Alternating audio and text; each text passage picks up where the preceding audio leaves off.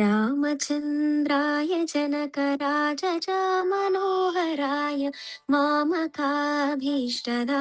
महितमङ्गलम् कोसलेशाय मन्दहासदासपोषणाय वासवादिविनुतसत्वरतमङ्गलम् चारुकुङ्कुमोपेतचन्दनादिचर्चिताय हारकटकशोभिताय भूरिमङ्गलम् ललितरत्नकुण्डलाय तुलसीवनमालिकाय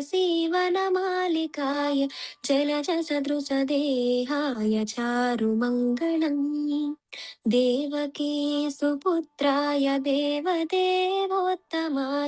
भावजा गुरुवराय भव्यमङ्गलम् पुण्डरीकाक्षाय